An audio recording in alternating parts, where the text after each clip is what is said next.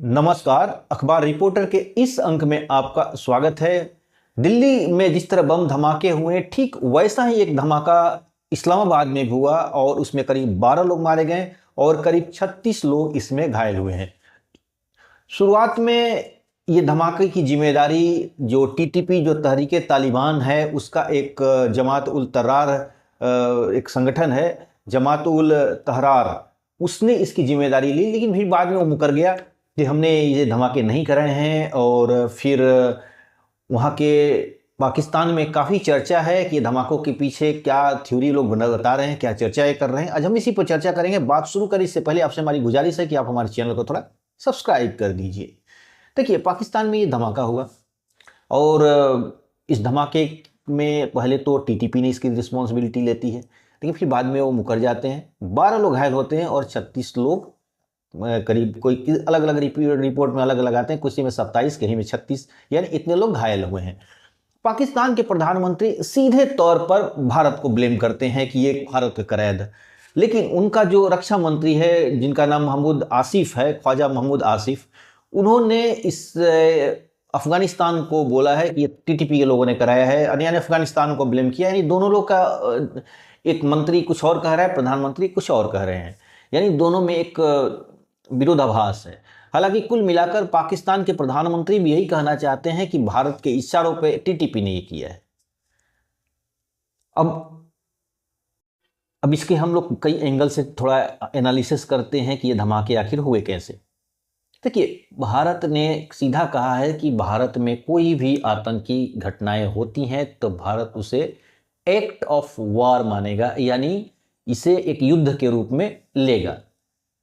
दिल्ली में जो धमाके हुए हैं उसमें अभी फिलहाल भारत ने इसे आतंकी एंगल नहीं कहा है ऑफिशियली। ऐसे मीडिया में बहुत काफ़ी चर्चा चल रही है, लेकिन ऑफिशियली इसे डिक्लेयर नहीं किया है कि आतंकी।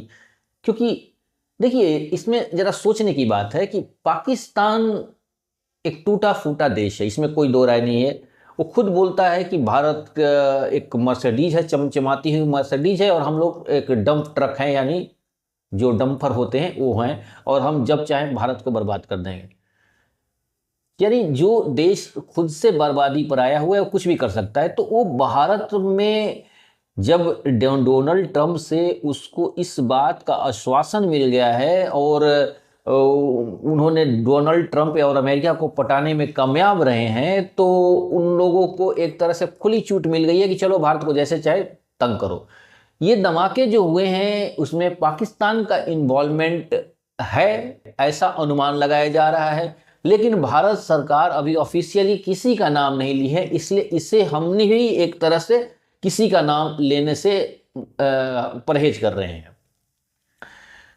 लेकिन चूंकि चर्चा है पाकिस्तान का, इसीलिए हम भी इस एक पॉइंट को लेकर मान के चलते हैं कि पाकिस्तान के लोग ऐसा कराए हैं। लेकिन क्यों कराए हैं, ये भी बात है। जब भारत ने कह दिया कि एक्ट ऑफ वॉर है, तो इसका मतलब पाकिस्तान एकदम चाहता है कि भारत हमसे लड़ाई लड़े।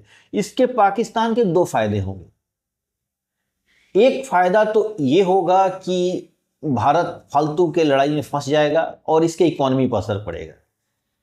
दूसरा, इसका सहानुभूति पाकिस्तान के फील्ड मार्शल जो नए नए बने हुए हैं, मुनीर साहब, उनको फायदा होगा। और एक तरह से वो परमानेंट कुर्सी को पाना चाहते हैं कि हम एकदम फेविकोल की तरह चिपक जाए कुर्सी पर और पूरा पावर अपने हाथ में ले ले। तो इनके लिए एक रास्ता क्लियर हो जाएगा।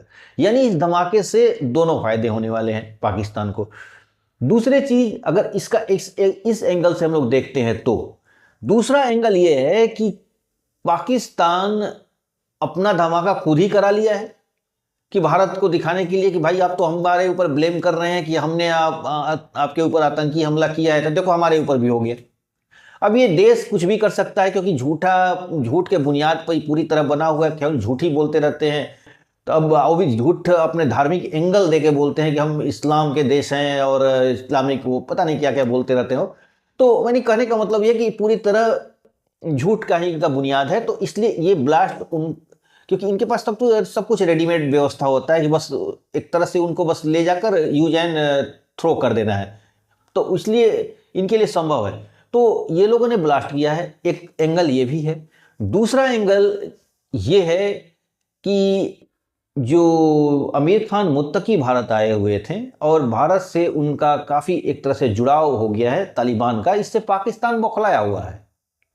और पाकिस्तान बौखलाया हुआ है और भारत के प्रति उसकी सहानुभूति है, किसकी? तालिबान की।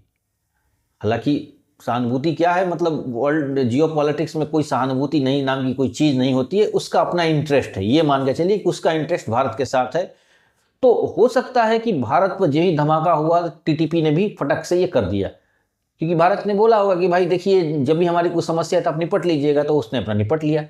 ये भी एक एंगल हो सकता है। तो अगर पाकिस्तान के प्रधानमंत्री ये बातें बोल रहे हैं तो शायद इसमें कुछ तालिबान वाला फैक्टर हो इतना। हालांकि भारत ने इस बात से इनकार किया और भारत ऐसा कुछ करेगा भी नहीं, क्योंकि भारत इस सब चीज़ों में भरोसा नहीं करता है। एक अनुमान लगाया जा रहा है, तो हमने भी एक अनुमान लगाया। यानी देखिए, लड़ाई कई तरह की होती है, सच्चाई तो यही है। एक प्रॉक्सी वॉर भी होता है कि जो अपने हिसाब से, कहने का मतलब कि नॉन स्टेट एक्टर के द्वारा ही करा दिया गया, हमें नहीं पता है किसने कराया। जैसे पाकिस्तान अक्सर भारत पर करते रहा, तो हम भी एक तरह से उन्हीं का सिक्का उन्हीं को वापस कर रहे हैं कि लीजिए भाई। तो यही चीज़ है। तो ऐसा एक थ्योरी ये भी निकल के आ रही है, अक्सर मीडिया में चर्चा है, तो हमने भी आपको ये बताया। दूसरी चीज कि एक बात तो ये निकल के आ रही है कि पाकिस्तान के स्लीपर सेल भारत में पूरी तरह एक्टिव हैं, और इतने ज्यादा एक्टिव हैं कि ये हमारे यूनिवर्सिटी, हमारे कॉलेजेज और हमारे एक तरह से व्हाइट कॉलर जॉब में उसमें घुसपैठ कर चुके हैं। नहीं तो ये सारे के सारे जो डॉक्टर पकड़े जा रहे हैं सब एमबीबीएस डॉक्टर है। ये क्या है? यानी कहीं ना कहीं ये हमारी सिक्योरिटी लेफ्ट है। सिक्योरिटी लेफ्ट इसलिए नहीं है कि धमाके हो गए हैं, ये नहीं, इसके लिए एजेंसियां बहुत अच्छी तरह काम की, क्योंकि इसकी इंटेंसिटी बढ़ने नहीं दिया है, छोटे दायरे में होकर रुक गया। लेकिन फेलियर हम इस रूप में कहेंगे कि ये लोग हमारे संस्थानों में अभी कहां कहां तक घुसे हैं, इसका अभी हमें जानकारी नहीं है। कॉलेजेज में है, स्कूल लेवल पर भी है कि नहीं है, पता नहीं। दूसरी चीज़ कि कहीं हमारी संवैधानिक संस्थाओं में भी अपना घुसपैठ तो नहीं बना लिया है ये, जैसे पुलिस डिपार्टमेंट हो गया, और भी कुछ ब्यूरोक्रेसी में भी अपना, मतलब ये कहाँ तक घुसे हैं ये तो पता नहीं है। इसलिए अब एजेंसी को अपना पूरा एक तरह से पूरे के पूरे चीड़-फाड़ करके पूरा का पूरा इसका एक पोस्टमार्टम करना होगा। अपने अंदर के जो व्हाइट कॉलर लोग, यानी ऐसे लोग जो कुर्सियों पर बैठ के काम करते हैं, और उनको भी अब एक तरह से मॉनिटर करने की ज़रूरत है। यानी हम ये मान के चलते थे कि पढ़े लिखे लोग ये सब काम नहीं करते हैं, तो ये बात एक भ्रम है और इस भ्रम को दूर करना ही होगा।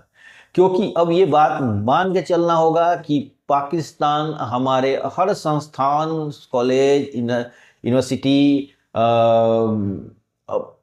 कहाँ कहाँ तक गया है तो जांच का विषय, यानी एक तरह से घुसपैठ कर चुका है। तो ये इस एंगल से भी जानने की जरूरत है। दूसरी चीज कि ये बात अब मान के चलना होगा कि पाकिस्तान सुधरने वाला देश तो नहीं है, इसलिए इसका एक परमानेंट इलाज जरूरी है।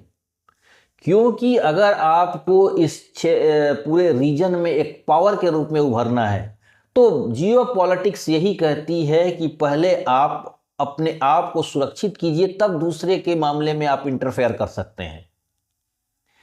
यानी पाकिस्तान नाम का एक तरह से जंतु जब तक रहेगा तब तक वो यूज करते रहेंगे हमारे दुश्मन, जैसे चीन हो गए और भी कोई देश हैं उसको इस्तेमाल, जैसे पाकिस्तान को अमेरिका यूज करता है, तो अपने एक तरह से वो भारत के खिलाफ हमेशा इसको यूज करते रहेंगे, और भारत के प्रगति में, भारत के जियो पॉलिटिक्स पर इसका निगेटिव असर पड़ेगा। ये बात हमें ये पूरी तरह से तैयारी करनी होगी कि इसका एक परमानेंट इलाज जरूरी है। और वो जो घास फूस अभी पनप रहे हैं, जैसे बांग्लादेश हुआ, श्रीलंका हुआ, मालदीव हुआ, इनका भी परमानेंट इलाज जरूरी है।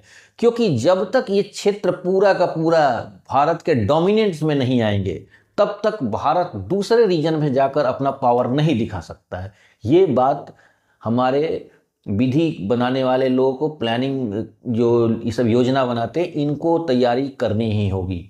तो आज के अंक में बस इतना ही। नए अंक के साथ फिर आपसे मुलाकात होगी। आपसे हमारी गुजारिश है कि आप हमारे चैनल को थोड़ा सब्सक्राइब कीजिए, लाइक और शेयर जरूर करिएगा। धन्यवाद।